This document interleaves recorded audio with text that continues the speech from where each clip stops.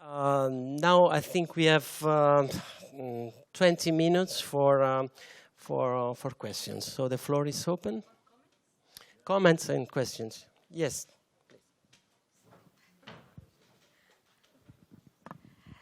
Thank you so much for 3 presenters. So it's fantastic. I just short comment for Anna. Your presentation is so great. Thank you so much. This short, that's short. But I love the pictures of balance between governance and between fishermen needs.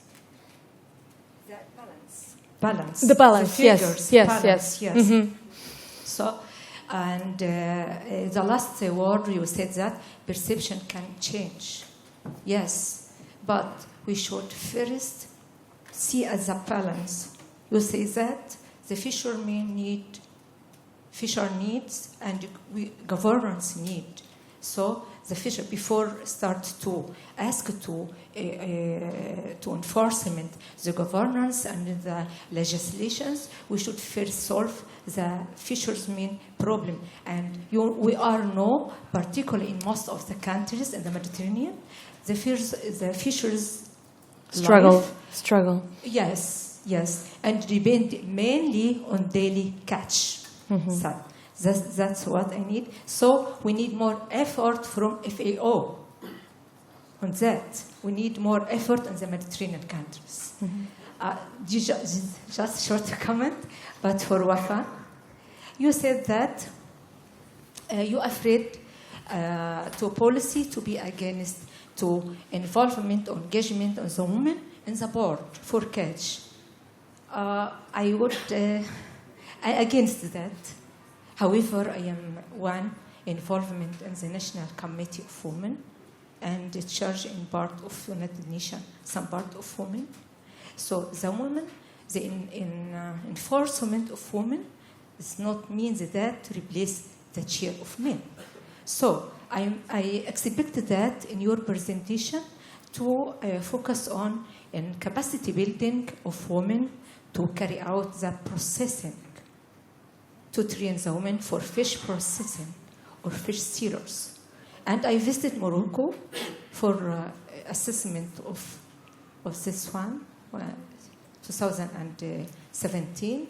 I didn't find any in Morocco effort or national effort, some to enhance or capacity building of women or dedicate training course of women or fisherman wife to carry out the processing to help them for daily life. That's what I wanted to insist for you to start to build that. Just also small comment. I would suggest a short reply, short comments, and I would suggest short reply and also short questions to maybe give the opportunity to everybody to put some point to some point. Well, it's just is this on? It's just a reminder that obviously there are cultural struggles, and depending on the sites where we live, obviously the Mediterranean perspective might be a bit different from the Atlantic in many countries. But what I perceive from the fisheries that I work with, and coming from a fishing family, is that fishermen complain on a daily basis, okay, and they overreact a lot. And when we are in the field and check some practices that they make, and even the profit that they make on a daily basis in some fisheries, I'm not generalizing, because some fisheries, some local fishers really struggle with some problems. Sometimes it's not that bad, okay, but they still complain. I deal, for example, with interactions of cetaceans and gill nets, for example. If one dolphin attacks them once a month, they extrapolate for a daily basis, okay? And when we go on board with them weekly, like we do, we just really see that occurs very rarely. but it's a perception that they have. But that depends on different perspectives of different countries, obviously. Okay. Thank you very much for your question. It's very important. Only I want to stress that for women enforcement, we have at least 4 institutes for technology de pêche maritime that graduate women, skipper woman that is able to work in board fishing vessels. And for example, my sister is a skipper woman that's working on fishing on board. That's also simply a question, an example to say to you that there is an effort to build the capacity of women to be in the field. Also, about fisheries engineering, there are 14% of women graduated each year to could work as in fisheries management and fisheries scientists. The problem is in fisheries industry processing, you are stressed at this point, the totality of persons working in this processing system are women. The problem is the women are absent in fishing activity. When I said fishing activity, I want to say in fishing ports, doing fishing on board, or selling fish in this la chaîne de valeur de la pêche.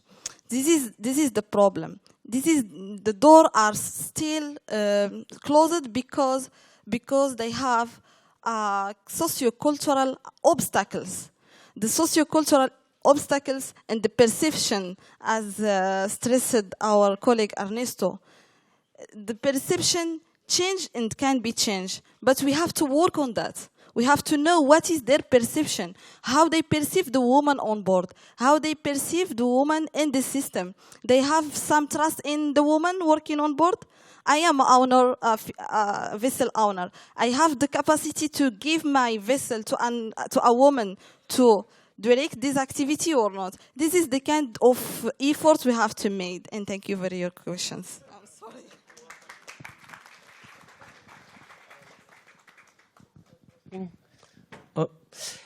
About FAO involvement, well, actually, the FAO started to be really interested on that. They adopted some local ecological knowledge protocol in the different sub-regional projects. So this kind of approach also right to GFCM. So I think there is hope to that. So I will ask next question. Thank you all for your great talk. I've got a question for Ana Marsalo. Regarding your no-take zone, you mentioned first there was 2.6% of no-take zone. Is that right? And first I wanted to check with you if it was 2.6% of your 8% of MPA, or if it was 2.6 of the EZ. This is obvious. It's not my area. This was taken from the literature, but what it stated generally, it's that only 8% of the world perspective of oceans worldwide, it's 8% of marine protected areas, and from those 8%, 2.6%, I suppose, are really only no-take zones, no fishing zones. Okay, so it's really minimal. Okay, I thought it was about Portugal when you say these numbers. No, it's worldwide. It's not Portugal. Okay, thank you.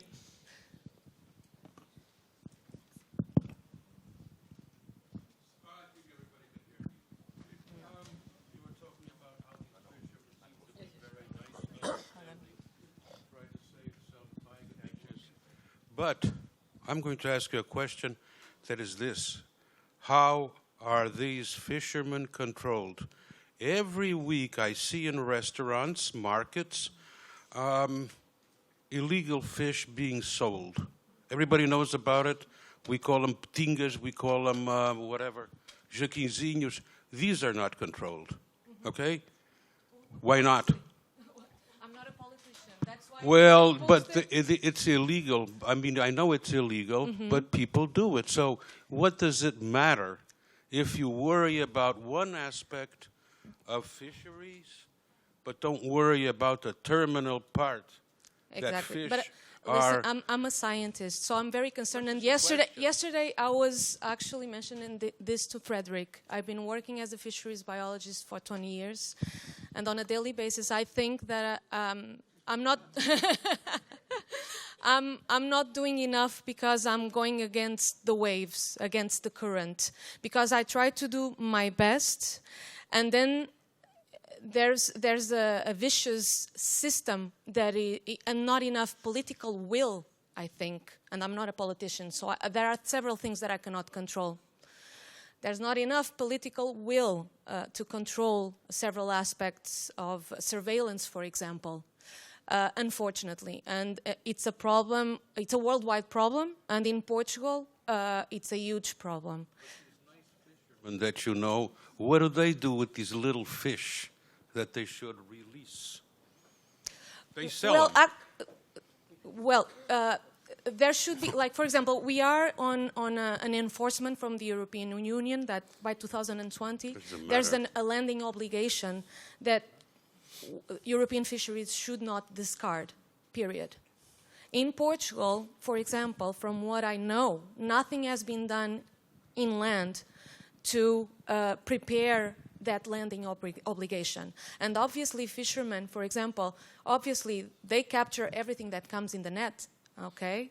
And if there's a landing obligation, they will be obliged to bring everything to land. And they don't know what to do with it. And some boats don't even have the capacity to retain the whole capture on some fisheries, for example. So there are a lot of problems that need to be solved, and I'm just a scientist working in one perspective. I don't have I don't have immediate solutions. I work in some case studies on some aspects to try to mitigate and favor some problems. But there are some issues that are really political, and it's not for us scientists. Some of these nice fishermen you talk about, do they catch, poach seahorses in where you work? No, not in my fishery, no. Because I seahorses, are you talking about the seahorses inside the Ria Formosa, the lagoon? I work in the ocean. Okay, I think it, thank you. Thank you. There is another question. Well, it's sort of a comment to the question addressed before. I think the reason why there's fatigue in the market, it's addressing the over there. I think it's because it's the process. It's demand supply, so it depends. If there's always a consumer wanted to or being attracted to find a fish in the dish, there's always a market for it. That's the problem, even if it's not allowed or forbidden. Yeah. It's a cultural reason as well.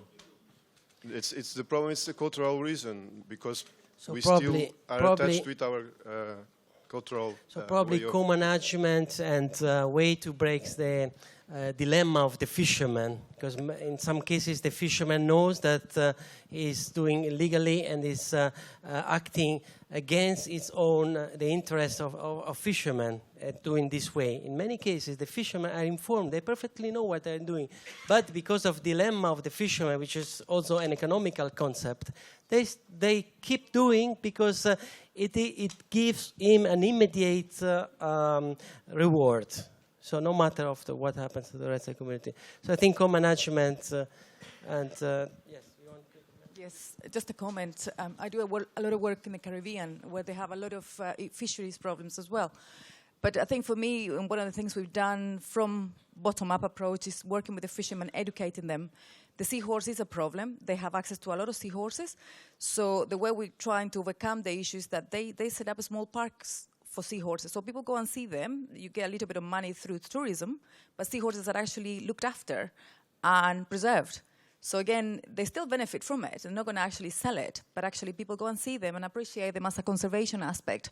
And the way we've overcome that is working with the fishermen, explaining to them that they mustn't harvest them, they mustn't actually exploit them, and if they want to make some money, tourism perhaps, and go and see them in the natural habitat or pseudo little park that they created is a way to do it. There's always going to be aspects of demand and people are going to want to buy things, but I think if we can actually work bottom up and educate fishermen for them to understand not only what the implications would be, but also the consequences, I think that could be a better track to actually try to solve some of these issues. We're never going to solve everything, but at least bottom-up approach will help. And education, I think, with the fishermen on a way that is honest and clearly, I think, works wonders. Yeah, thank you.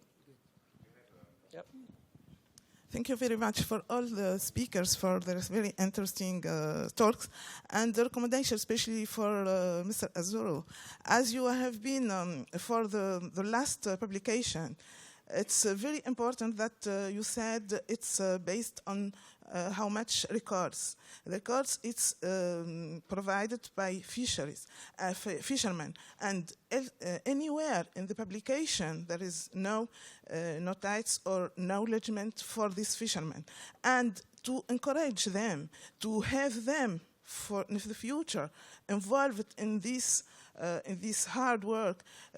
Elsewhere, I recommend, it's a suggestion, to have close to the research publication for them about the records they done, about the efforts they done with, how can I say, it's vulgarization for them, publication, not general social publication, with their efforts that will be recognized. It will be very important, very helpful for all fisheries. Thank you. Thank you. I perfectly agree on the extreme importance on that. We always we acknowledge the fishermen, the scientific publication at the end, but this is fishermen. They don't read the scientific publication, so we have to do something more. We did a documentary with their faces, and I really invite you to watch this documentary because it's really beautiful. You see the faces of the fishermen. The fishermen were also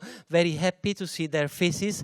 And their history. They told the history of when these species arrived and So it's a way. This is exactly the way to keep them involved to give our rewards. In the last 10 years, not all, but a good part of my efforts have been devoted to let this contribution that fishermen gave to our community pop up, to recognize, to acknowledge this contribution. So I perfectly agreed on the key importance of this aspect. Thanks. Ernesto, can I take a last? Can I make a last question, Ernesto? Yes. I'm here. Okay. Hello. No, hello. Okay, Stefan. Your voice was coming Thank you for all the interesting presentations. I want just to make a brief question to Anna, and I really appreciate your work. And my question is, first, thank you for stressing in the last point of your introduction that consumers are a key point in the market, because, of course, if the consumers ask for something and the fishermen catch that something, they sell it.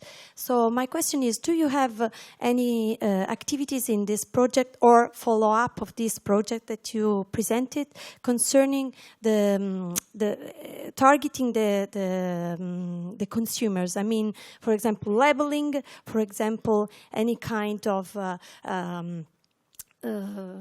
activities that explain the value, the added value of a technique of fishery, or, for example, a reduced impact on sardines collecting that can improve the consumers to select some kind of targets products instead of other, and thus, in a certain way, close the circle.